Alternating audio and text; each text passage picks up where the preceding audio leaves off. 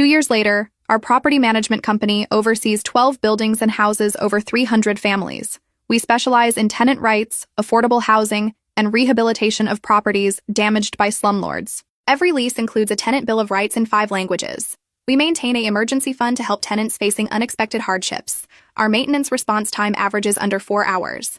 Mrs. Chen still lives in 2B, but now she has a dishwasher, central air, and a thriving rooftop garden that supplies fresh vegetables to half the building. The Ramirez family owns their unit through a rent-to-own agreement we helped them secure. Maria manages 3 buildings now and just bought her first house with the money she's saved. The Ahmed family's son graduated with an electrical engineering degree and works for the city's housing department, inspecting buildings like the one he grew up in. Marcus never applied to be our tenant. Last I heard, he was renting a studio apartment in the suburbs for $900 a month, more than Mrs. Chen pays for her renovated 1-bedroom downtown. His wife divorced him during the bankruptcy proceedings and moved back to her parents' house in California. The vacation home in Florida was seized by creditors.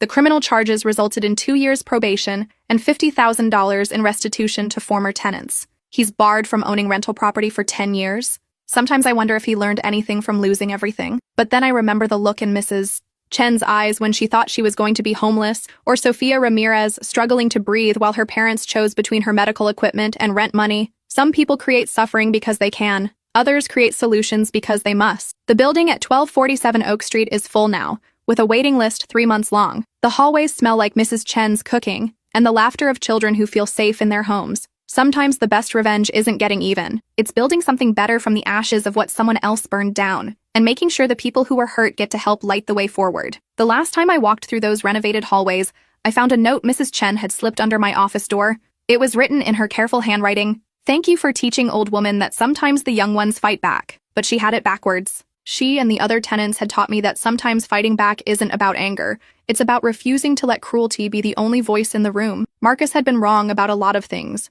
but especially this. The people he thought were powerless had just been waiting for someone to remind them how strong they really were.